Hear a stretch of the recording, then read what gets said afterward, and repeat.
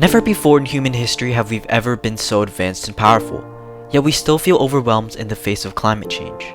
In fact, the question of how we can make a change is extremely urgent, as our precious future is diminishing each day. Therefore, it's key to understand that our mindset has not changed enough in our city lives, away from nature, to realize how our practices such as shark finning contribute to climate change, and how having direct experiences with nature can play a role in ending it.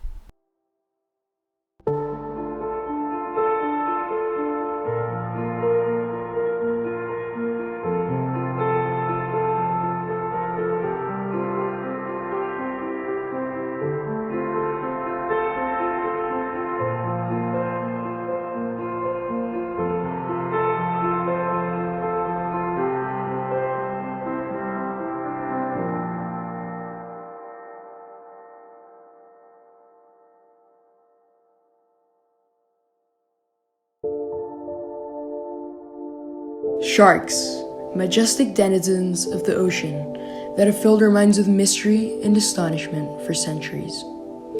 Evidence of the existence of sharks dates back to almost 400 million years, making them one of the oldest animals in the world. Yet sadly, shark populations are in rapid decline.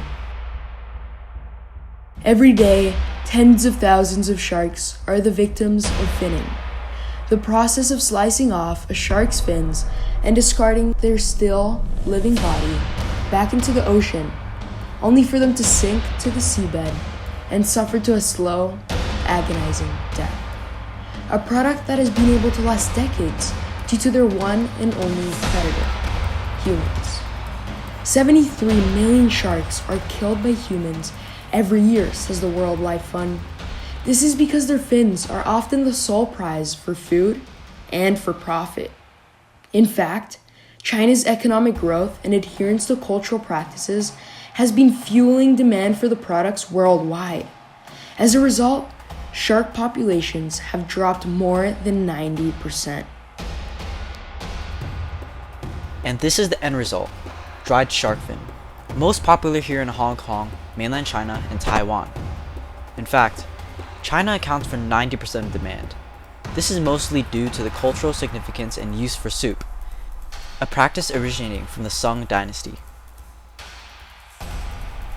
Though the so-called emperor soup now is predominantly consumed during celebratory occasions such as wedding banquets, shark fins can be sold for almost $400 US per kg. But the method used for shark fin to be served at the dinner table is a hot topic for marine conservation and the cause of something much bigger.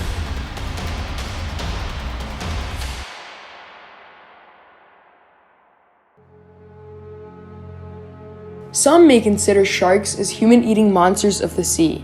However, they play a crucial role in the marine ecosystem.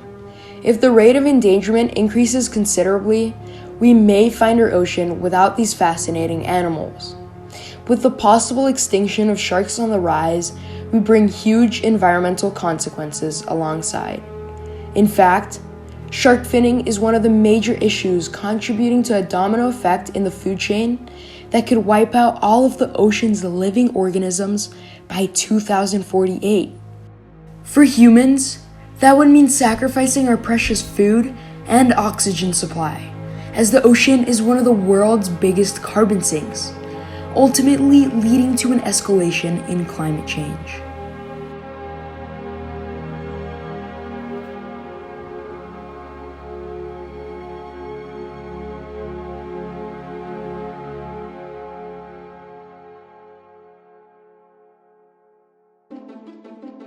So what can we do? Rapid climate change is destabilizing our world as we continue many of our unsustainable practices, such as shark finning. It seems our emissions will not fall quickly enough to avoid runaway warming, and we may soon hit tipping points that will lead to the collapse of our ecosystems and our civilization. While scientists, activists, and much of our younger generation urge action, it appears most politicians are not committed to doing anything meaningful. At the same time, the fossil fuel industry still works actively against change. It's seems that humanity can't overcome its greed and obsession with short-term profit and personal gain to save itself. And so for many, the future looks grim and hopeless. It's an age of doom and hopelessness, and giving up seems like the only sensible thing to do. But that's not true. You are not doomed. Humanity is not doomed.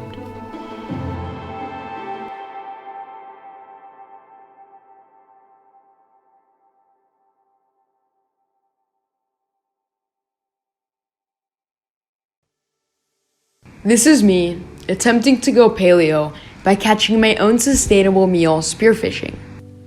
Why go through such a hassle when you can simply buy fish at the market? Get ready to get an inside scoop on why direct experiences with nature can change one's mindset in a way that will help solve climate change, as shown through some of our daily practices. Back to spearfishing. That week, I went spearfishing on a boat for more than 6 hours in Hawaii with a total of 2 dive sessions. As a result, I successfully caught 2 excellent fish and an octopus with the help of my brother and enjoyed them with my family at dinner time. Though why take a step out of my habitual practices of buying fish at the market and go spearfishing? It all starts from the majestic creatures that live in our vast oceans. The ones of all different sizes and species. Fish. Fish have provided us with an abundant amount of nutrients for centuries. 40,000 years ago, our ancestors fished using woven nets, wire baskets, harpoons, and hook and line. Yet, this truly beautiful process has in modern times become destructive, as more destructive and efficient methods to catch mass amounts of fish have become more popular. Today, the industrial processes behind harvesting fish are having detrimental effects on the ocean, leading to an escalation in climate change. This is as the destructive process of commercial fishing in the oceans is causing an imbalance that can erode the food web and lead to a loss of important marine life. In fact, although fish have survived through 4 extinction events, they may not survive through commercial fishing. Since commercial fishing was introduced, fish populations in the sea have dropped by 50%. As a result, fish could go extinct by 2048 according to Seaspiracy. Without fish, a cascading effect will occur until the ocean's living organisms will have disappeared. This would pose a major problem, as the ocean is one of the biggest carbon sinks, and it plays a huge role in mitigating climate change to nature. Going spearfishing also allowed me to be assured that my meal that day came from a sustainable source. Though just being connected with Mother Nature and away from the bustling city taught me a valuable lesson. While observing the beautiful biodiversity of the ocean, the fish, the dolphins, the octopus, the sharks, I truly was amazed, and I realized the importance of being sustainable and the importance of being connected to nature, and how these 2 factors can genuinely change your life and the world. By spending more time in nature, one can quickly learn to appreciate and respect its essential role in fighting climate change. However, spearfishing in other ways, on hunting food may be unusual methods for people to adapt to, there are other ways that we can experience the beauty of nature. Hi, my name is Toby, and this is me walking 40 km from Hong Kong Island through Kowloon and back. But why go through such a hassle to get from one place to another when you can simply take public transport? Like Jack spearfishing, that is my way on trying to make a change by having direct experience in hopes of changing my viewpoint and appreciation of nature. To play my role in changing my mindset towards nature, I also try to decrease my carbon footprint. But still, why go walking?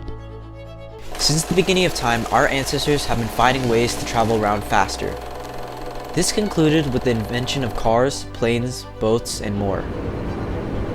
As technology advances in transport, there is also a huge increase in carbon levels. In a typical household, transportation is one of the biggest culprits of carbon footprint. And as I frequently use different types of transportation, this led me to wonder what kind of footprint I left on the environment. To combat this problem, I took on an ambitious challenge of spending days without public transportation. I challenged myself to walk at least 40k plus every Saturday to lower my carbon footprint. After doing this many times, I realized that it had many positive outcomes besides decreasing my carbon footprint. Walking outside and utilizing the many trails to get around Hong Kong has allowed me to value the nature around me and connect to the environment. It's crazy how a city with millions of people can have these beautiful lush green landscapes behind it. Walking down those trails just allowed me to have a clear mind and a sense of relaxation from the bustling metropolis. Getting out of the city once in a while felt therapeutic in a way, and it really helped me appreciate the beauty and serenity of nature.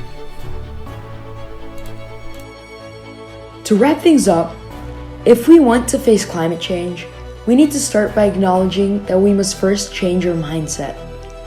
This can be done through direct experiences with nature, as Toby and I have accomplished. Not only will this help us directly play a role in minimizing our carbon footprint, as shown through some of our daily practices, but it will help us gain a feeling of sensitivity towards nature. And in the long run, that will prove to be the most prominent solution to climate change. It's our duty to understand that seeing nature as alive and sacred is a transformation engine for change. So now, it's your turn to embark on this journey of transformation.